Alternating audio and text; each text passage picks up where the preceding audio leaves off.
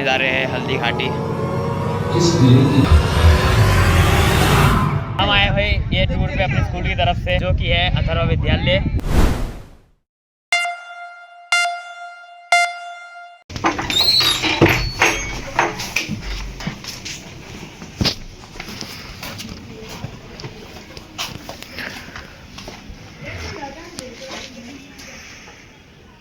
बाहर चलते ये भाई तो पहले ही बाहर निकल गए। इधर आप व्यू देख सकते हैं बाहर का, क्या मस्त व्यू है। कल सुबह ये व्यू और अच्छा लग रहा था, रात को उतना ही सुकून है। अभी सनसेट, अभी सनराइज हुआ नहीं है। अभी थोड़ी देर में और थोड़ा बाहर बज कितने रहे हैं? अभी तो 6:30 बज रहे हैं, सनराइज नहीं हुआ। ये अपना प्रिंस भाई,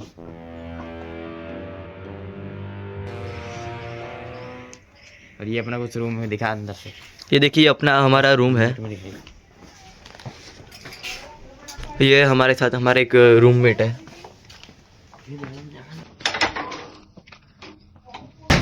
ये वॉशरूम है, ये थोड़ा आईना वाइना। तो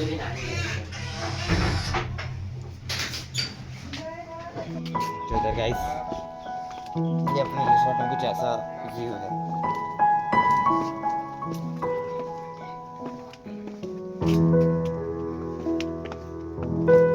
इधर स्विमिंग पूल भी है, लेकिन अभी सुबह हो रही है तो कोई नहीं है। स्विमिंग पूल में होगा भी नहीं, ठंड का मौसम है।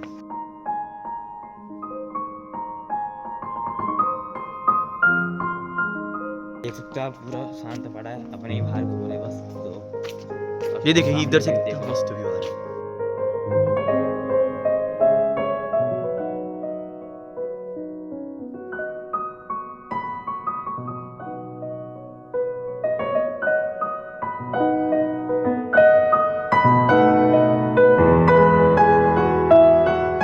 गुड मॉर्निंग गाइस, कैसे हैं सभी लोग।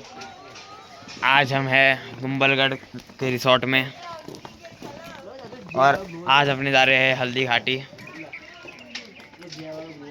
और ये पीछे का व्यू आप देख सकते हो, सही है, ठीक है। ये पीछे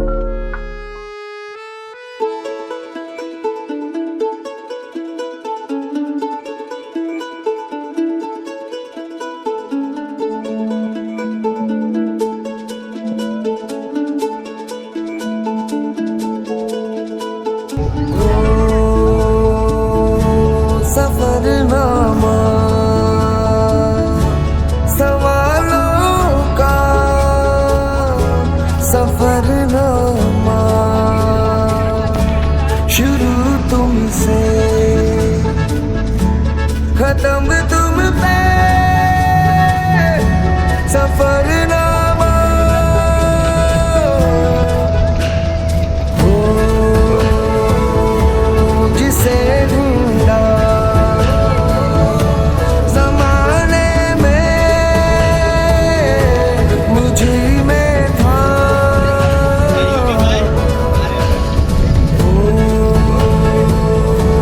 मेरे सारे जवाबों का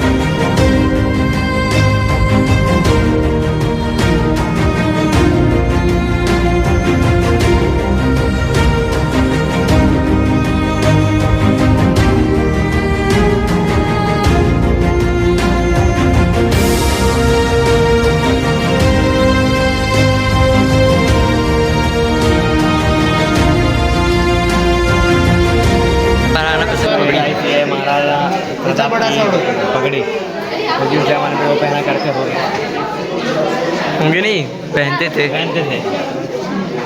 भाई इतने बड़े थोड़ी आने माना, पहले इतने बड़े ही थे। अपने 5 इतने बड़े थे। हाँ, इतने बड़े तो नहीं होंगे। 7.5 फुट हाइट थी। तो इतना 7.5 फुट हाइट थी मेरे। अध्यापक की नौकरी से स्वेच्छा सेवानिवृत्ति लेकर अपनी पैतृक भूमि पर इस संग्रहालय का निर्माण करवाया और मुख्य सहयोगी उनकी पत्नी श्रीमती बिमला देवी श्रीमाली इनके साथ कंधे से कंधा मिलाकर चली। इस समय 1576 ईस्वी को हल्दी घाटी का घमासान युद्ध हुआ था। महाराणा प्रताप एवं मुगल अकबर की सेना के मध्य हुआ था। इस युद्ध में अकबर स्वयं नहीं आए थे। उन्होंने आमेर जयपुर के राजा मानसिंह को अपना सेनापति बनाकर भेजा था। से 200 मीटर की दूरी पर चेतक की समाधि है, जहां पर महाराणा प्रताप के स्वामी भक्त घोड़े चेतक को दफनाया गया था। 2 किलोमीटर की दूरी पर हल्दी घाटी दरगाह है। इस दरगाह की विशेषता है कि यहाँ की प्राकृतिक मिट्टी व पत्थरों का रंग हल्दी जैसे पीले रंग का एक पूरा राज परिवार, जिसमें राजा राम शाह तंवर और उनके दोनों पुत्र थे, शहीद हो गया। यही पर एक बगीचा बनाया हुआ है और जो उस युद्ध में शहीद हुए थे उनके स्मारक इसी बाग में बने हुए हैं। इस लड़ाई की विस्तृत जानकारी आपको एक फिल्म के द्वारा दी जाएगी। आप जब इस कक्ष में सब कुछ देख चुके होंगे तब ये फिल्म और लाइव प्रसारण शो शुरू होंगे। तब तक के लिए धन्यवाद। अभी आपको यहाँ पे जो भी देखना है आप लोग इस कमरे के अंदर 5 मिनट देख लो, फिर आपको अंदर बिठाएंगे, आगे में मूवी हो रहा है। पाली जिले के अखेरा सोनकरा की पुत्री एवं महाराणा उदय सिंह की 1567 में अकबर ने जब चित्तौड़गढ़ पर आक्रमण किया तो अपनी मातृभूमि की मर्यादा के लिए प्राण न्यौछावर करने वाले योद्धाओं और रन्नाओं से प्रताप ने न केवल सीख ली बल्कि ये घटना उनके जीवन का आधार बन गई। 1573 को महाराणा उदय सिंह का देहांत हुआ। एकमात्र महाराणा प्रताप ने अपना मस्तक अकबर के आगे नहीं झुकाया। प्रताप मुगलों से लोहा लेने की तैयारी में जी जान से जुट गए। दस्ते द्वारा घाटी में घुसपैठ करने के प्रयास की प्रतिक्रिया स्वरूप महाराणा प्रताप की सेना मुगलों पर टूट पड़ी। प्रताप के हरावल सैन्य दलों का नेतृत्व पठान हाकिम मंसूर कर रहे थे। जो राणा पूजा के नाम से जाने जाते हैं, उनके नेतृत्व में भील आदिवासियों में गोरिल्ला पद्धति से युद्ध करते हुए मुगलों की शिक्षा को छुड़ा दिया। देखते ही देखते शाही सेना में खलबली मच गई। युद्ध का घटनाक्रम अचानक उस समय बदल गया जब प्रताप ने अपने घोड़े चेतक को पेड़ लगाकर मानसिंह के हाथी पर चढ़ा दिया और उस पर भाले से भरपूर मार दिया। मानसिंह भागे में दुबक गया। हाथी से उतरते समय चेतक की एक टांग कट गई। इस स्थिति को भांपकर महाराणा प्रताप के हमशक्ल सेनापति झालावान ने महाराणा प्रताप से आज्ञा लेकर उनका राजमुकुट धारण किया। मुगल सेना झालावान को महाराणा प्रताप समझकर टूट पड़ी और झालावान शहीद हो गए। उधर चेतक ने अपने स्वामी को 5 किलोमीटर तक 3 टांगों पर ही लेकर एक बरसाती नाले को पार किया। उसके पश्चात उसके प्राण पखेरु उड़ गए। इस युद्ध से महाराणा प्रताप के मन पर गहरा प्रभाव पड़ा। परिणाम स्वरूप उन्होंने मुगलों पर विजय प्राप्त करने तक राजसी ठाट बाट छोड़ने और पत्तों पर भोजन करने का प्रण लिया, जिसने मेवाड़ को अपने अधीन कर लिया। कालांतर में महाराणा ने चावंड में अपनी राजधानी स्थापित की।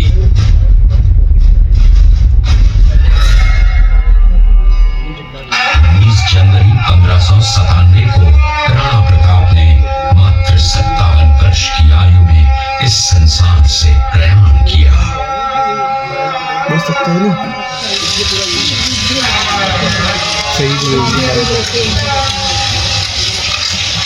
हल्दी घाटी का युद्ध एक सांप्रदायिक युद्ध न होकर आत्मसम्मान, मातृभूमि की स्वतंत्रता व स्वाधीनता का संघर्ष था।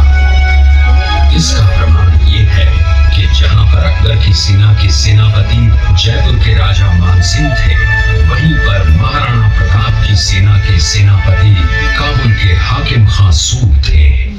और महल में बुझ कर भी उसने देश में ऐसा लौह भर दिया जिसकी प्रखर किरणों ने भारत माता को गुलामी की जंजीरों से मुक्त कराने के लिए सदा प्रेरित किया।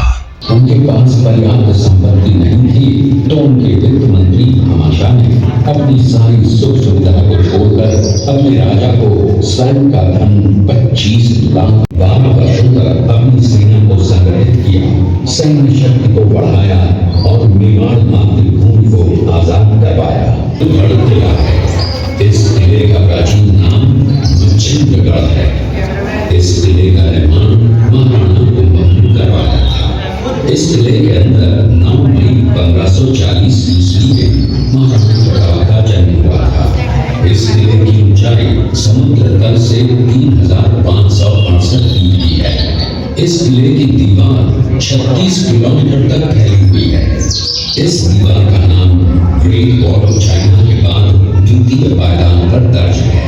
इस किले के अंदर 360 प्राचीन मंदिर हैं। उन मंदिरों में से जग प्रसिद्ध महादेव का मंदिर सबसे प्राचीन है।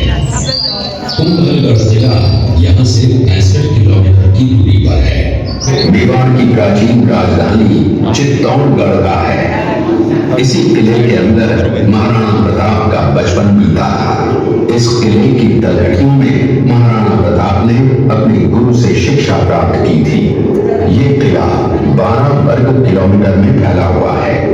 इस किले पर जब भी विदेशी आक्रांताओं ने आक्रमण किया और उस आक्रमण में कोई भी राजा व सैनिक वीर गति को प्राप्त कर लेते तो उनकी पत्नियां वीरांगनाएं अपने सतीत्व की रक्षा करने के लिए जलती हुई अग्नि में कूद प्राणों को त्याग देती थी। वीरा मंदिर, जैन मंदिर, कालिका माता मंदिर, भामाशाह हवेली, कुंभाश्याम मंदिर, फतेह प्रकाश महल हैं। ये किला यहाँ से 140 किलोमीटर दूरी पर है। अब्दुल रहीम खान खाना अजमेर का सूबेदार था। जब वो शेरपुर पहुंचा तब इसका पता कुंवर अमर सिंह को चला जो महाराणा प्रताप के पुत्र थे। अमर सिंह ने शेरपुर छावनी पर अचानक आक्रमण कर दिया। उस आक्रमण में मुगल सेना में भगदड़ मच गई।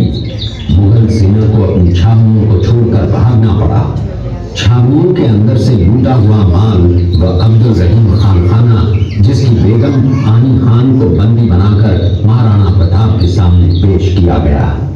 तब अमर सिंह पर महाराणा प्रताप क्रोधित हुए और कहा, जहां से इस नारी को बंदी बनाकर लाए हो इसे पुनः ससम्मान लौटा कराओ। एक रात्रि बंदीर सिंह को मौका मिला। वो राजकुमार उदय सिंह के बड़े भाई विक्रमादित्य सिंह की हत्या करके राजमहल की तरफ आगे बढ़ा। इसकी सूचना पन्नाधाय को लग गई।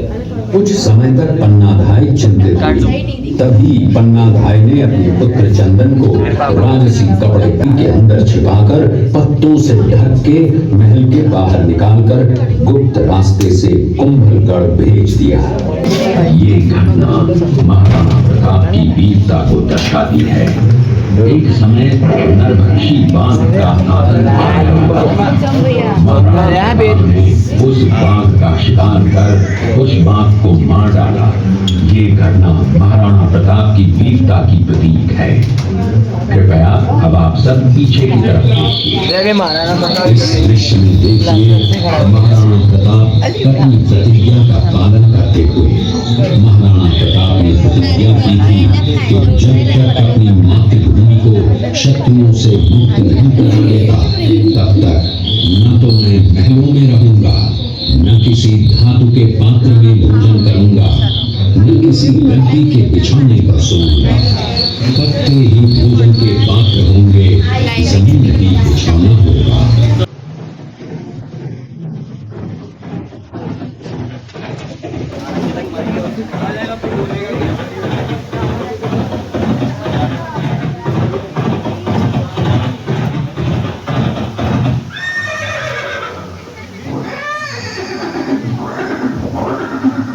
ये दृश्य महाराणा प्रताप और सुविख्यात स्वामी भक्त घोड़े चेतक के अंतिम मिलन का है। हल्दी घाटी युद्ध के बाद चेतक घोड़े ने 22 फीट के एक बरसाती नाले को पार किया। ये उसी समय का दृश्य है। पास में खड़े महाराणा प्रताप के छोटे भाई शक्ति सिंह हैं, जो पहले मुगल सेना में थे। बाद में वो महाराणा प्रताप की तरफ आए, माफी मांगी और अपना घोड़ा महाराणा प्रताप को दिया।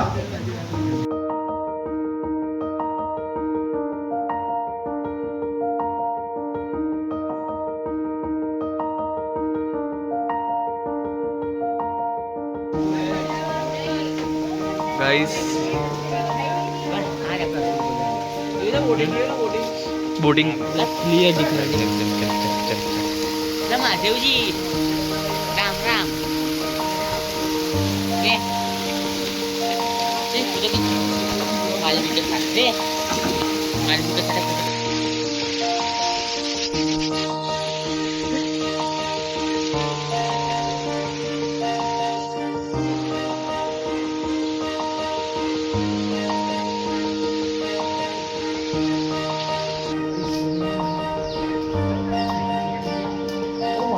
इधर बन रहा है।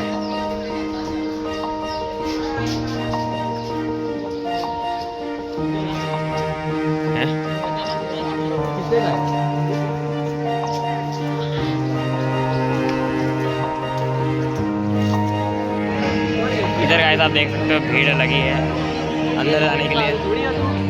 ये तो आवाज आई मस्त लगे तू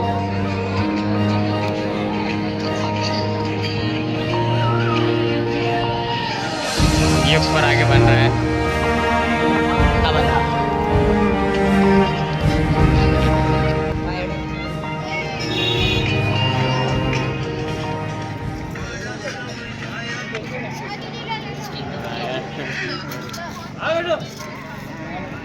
पीछे क्या दिखा रहा हूँ? महाराज मोबाइल पर साइलेंट पर होतो ये दिखा रहा हूँ। देखो हम दोनों का सेम सेम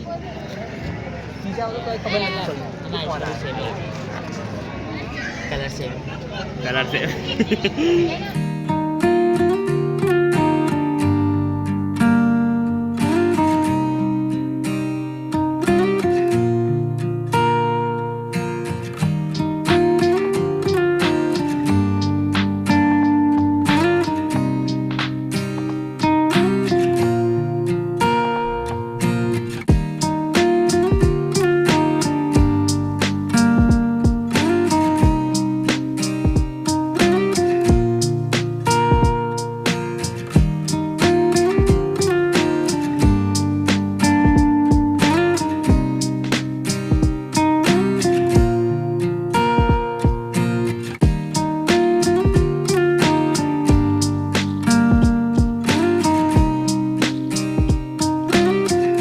चेतक भाई पानी पीते फुल नशे में मैं कोई बताई। हाय गाइस, कैसे आप सभी लोग? मजे कर रहे हैं। अभी हम आए हैं वो चेतक समाधि में, चेतक की समाधि जो कि आपने अभी देखी। बाकी भी इधर और भी अपने स्कूल के लोग आए। हमारी स्कूल ही और कोई नहीं।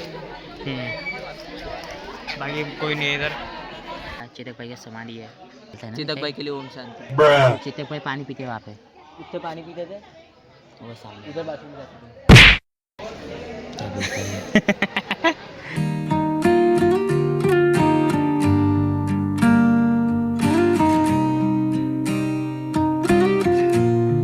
चर्च ऑफ फिलिप्स जा रहे हैं।